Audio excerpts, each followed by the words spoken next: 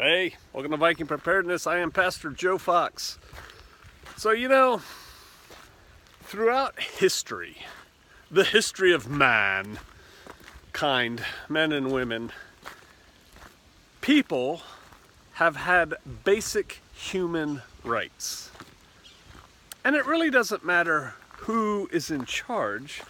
There are certain things that are accepted as being a right. And a right, when one has a right to something, one has a right to defend said right, right? One has a right to defend their rights to the point of death. And so if someone tries to violate a basic human right, the person who's being violated, I think, should consider fighting back with full force. Let's consider some of these rights. And these rights come from God. They come because you are, right? You're a person. You have a right to your person. No one has a right to hurt you. No one has a right to harm you, to, push you around and stuff like that. We've gotten away from this. We've gotten soft. There were times and places when life was nasty, brutish, and short, where if you pushed somebody, swords were coming out and being used. Now, if you were to use a sword on somebody who pushed you, there'd probably be a bunch of people that would come and lock you away and take away your rights. You have a right to self-defense. And if you have a right to self-defense, as a human now, I'm not saying that this right is necessarily recognized by the people who happen to be in charge at whatever level above you right now. I'm saying you have a right from God to self-defense. And that means that you have a right to the tools that will ensure your ability to defend yourself. Yes, of course, I'm talking about guns. You have a right to have a gun. I don't care what anybody else says. I never have. I didn't let that stop me when I lived in places where it was not allowed to have a firearm, or not allowed to carry one on one's person, or not allowed to hide one underneath the car seat in the back, or the diaper bag. I didn't care. I told my wife I would hate to lose you and or the children because I didn't have the ability to use tools that I'm very well trained in using to defend us. And so I carried them. And, praise the Lord, I never got in trouble for that.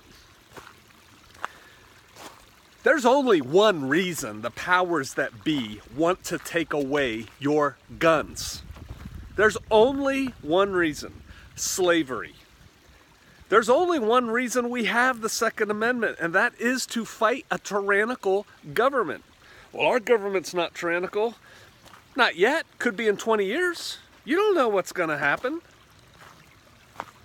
But if you give up your guns today, 20 years from now, you're toast. You're like the people down in Oz.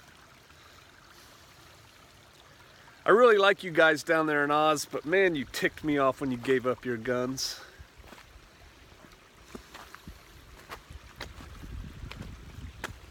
Don't ever give up your guns. Don't ever get on the bus. Remember my video, The 5 Nevers? One of those was never become disarmed, right? Never, ever. The people who want your guns want you enslaved. They want your spouse enslaved. They want your children enslaved. They want to enact their will on you without you being able to say squat. Scream all you want, carry all the signs you want. It won't do any good if the only people with guns, with the only people with the means of force, are the people who are against you, the people who are against we, the people. There's a push coming, and there's no difference between Republicans and Democrats. Those of you who are still caught on that are You'll figure it out one of these days. They all want your guns. They're just playing both sides of the issue right now, but they all want your guns. If you have the means, you should have guns for your grandchildren now. You should certainly have guns for your children or your unborn children if you're young. Yes, you need to eat. That's more important.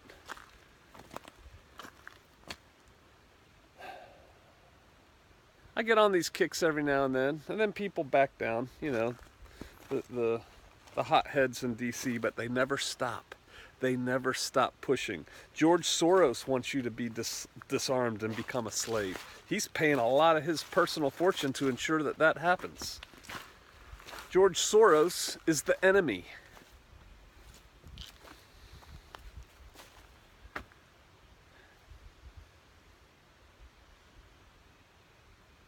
Time's a-coming.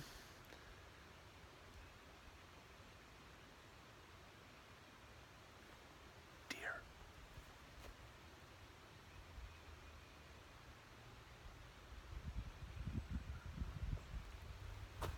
See if you can see it.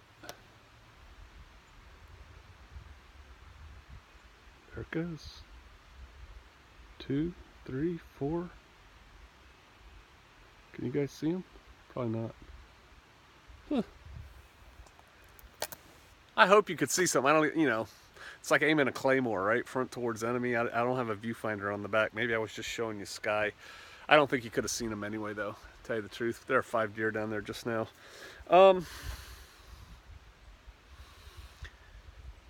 Some of y'all misunderstood me. I think some of y'all do it on purpose. When I was talking in my last video about fighting, and some of you are still, our military would never do that. You need to read some history. You really do. The military serves at the will of the government.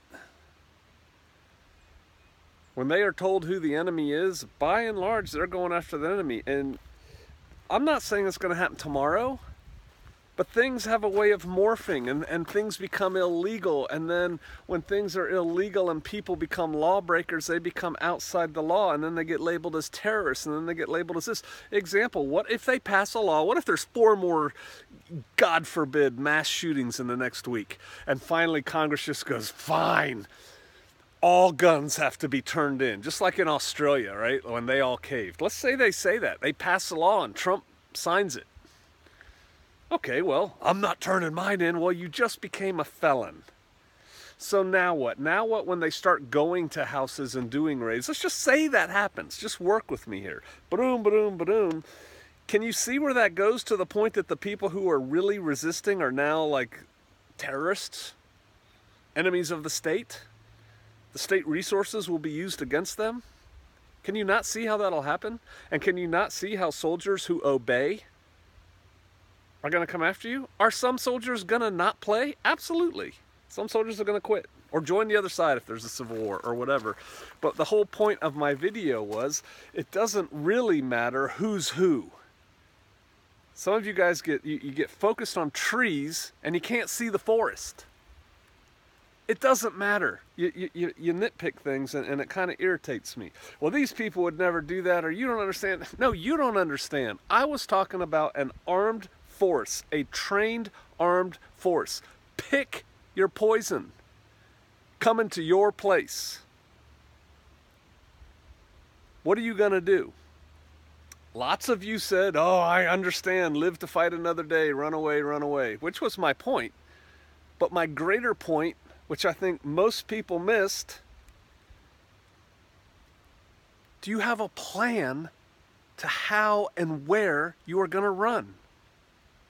Have you thought about what you're going to carry and how you're going to get it there? And do you have stuff pre-positioned?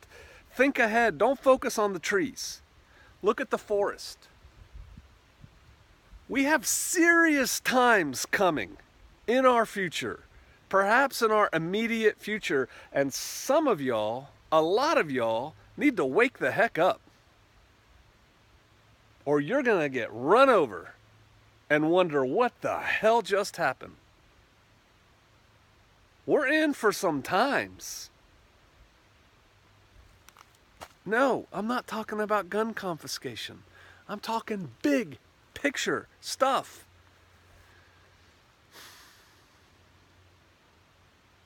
I don't even know if I'm going to put this video up now because I just got mad thinking about some of y'all. And I got mad because I'm doing my best to shake you guys out of your stupor, to wake you up, to motivate you to take steps.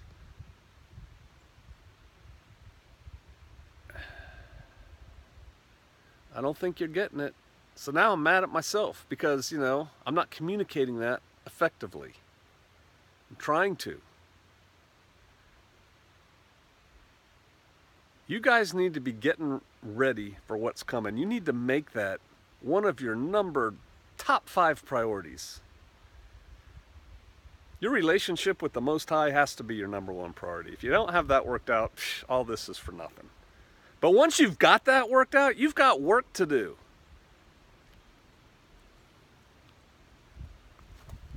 And again, those people who say, oh, that's okay, I'll just die, I know where I'm going, my Creator's calling me. Did you ever think that maybe He's got work for you to do here? And the only way you're going to be able to do that work is if you live? But no, you just want to take the easy way out, right? Just check out. Go rest in the loving bosom of Jesus. You were put here for a reason. You have a job to do. You have a mission. You have a task. Or 3. Or 5. Don't become so complacent. So lethargic. There's a difference between being not complacent, not lethargic, and run around like a chicken with your head cut off thinking, the world is ending, doomsday is coming, Pastor Joe said so, oh my God, what am I gonna do? I'm not telling you to do that either.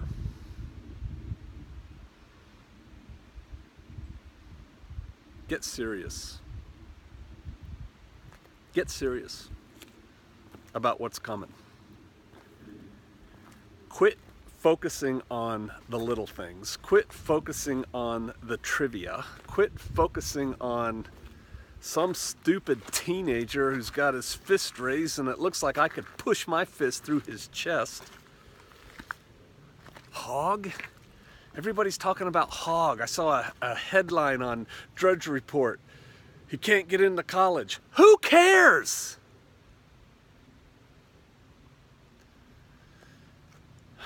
I turned in a rental car today, and then on the way back, my wife had to get some groceries, so we stopped for groceries. And while we were there, I picked up 20 pounds. It used to be 25-pound bags. Now it's 20 pounds of rice. And they didn't have any 10-pound bags of beans, so I bought 3 8-pound bags of beans. And then I picked up 2 buckets, and I just put them in the buckets and set them aside until I can fully fill those buckets. I bought 2 hatchets. Because I already had one extra one. I had to get another one for... I bought 1 hatchet. I had 2 already. I bought 1 more for my 3rd child, adult child. Just because I want to give them to him. I tried to wake up and motivate the people on Patreon. What did you do today?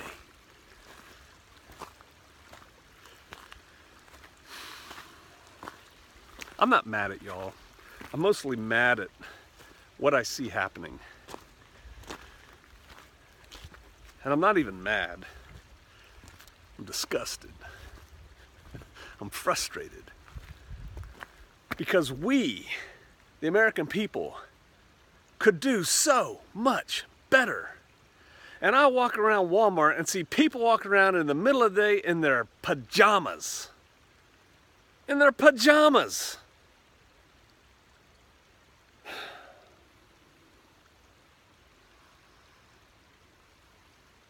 We could do better, but I fear we ain't gonna do squat, and then I get frustrated with that, and then I think, you know what? Check out. Not check out, that looked like that in the video. But I mean just create your own reality, right? What's the point of this video? I don't know. What was your point? What did you take out of it? I hope I spur some of y'all to quit goofing around. Quit spending all your day watching Pastor Joe and other people on the internet. Get out there and do something. It's because I care about you. All right. I'll see you out there.